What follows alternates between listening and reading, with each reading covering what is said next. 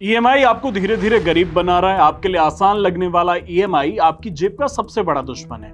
ये वो मीठा जहर है, वो फाइनेंशियल जाल है जिसमें अगर आप एक बार फंसे तो बाहर निकलना लगभग असंभव है।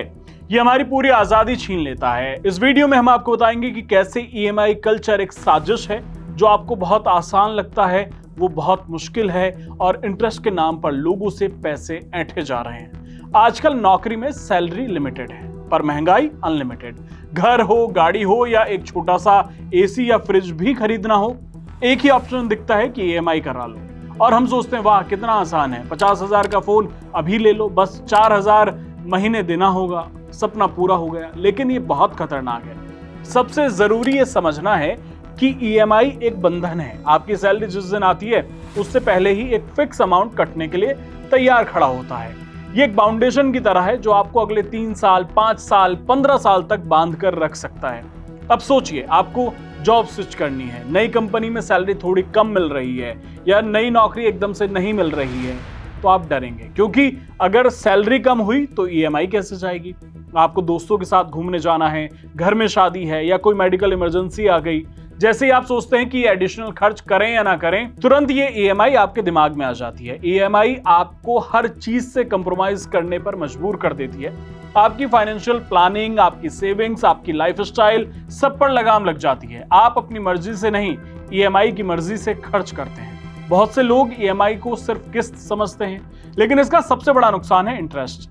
यही वो छिपी हुई कीमत है जो हमें कंगाल करती है। मान लीजिए आपने 1 लाख रुपए का फोन 3 साल के लिए 12% ब्याज पर लिया। आप 1 लाख तो चुकाएंगे ही, साथ में 18,000 रुपए सिर्फ ब्याज के रूप में देंगे।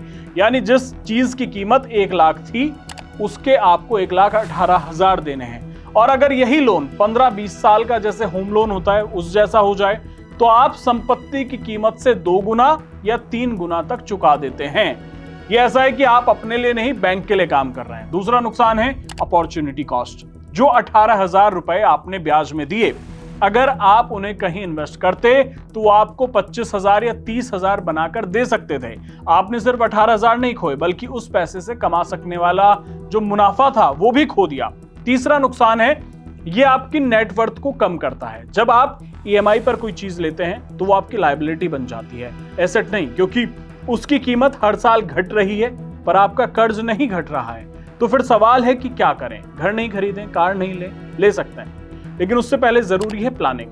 हमें ईएमआई के जाल में फंसना नहीं है, बल्कि ईएमआई को मात देनी है। किसी भी बड़ी चीज को ईएमआई पर लेने से पहले खुद को 6 महीने का टाइम दीजिए। इस 6 महीने में उस चीज की जो ईएमआई बन रही है उतनी ही रकम आप हर महीने सेव कीजिए।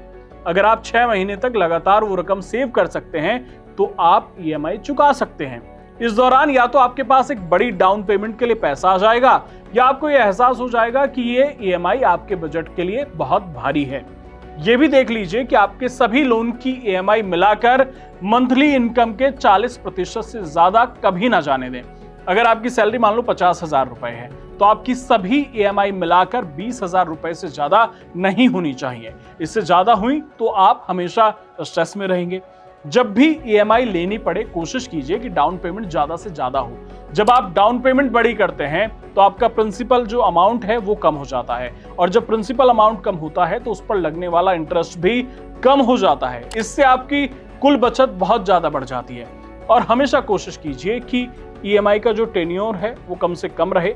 अगर छोटी ईएमआई है तो जो नो कॉस्ट ईएमआई होती है वो लें।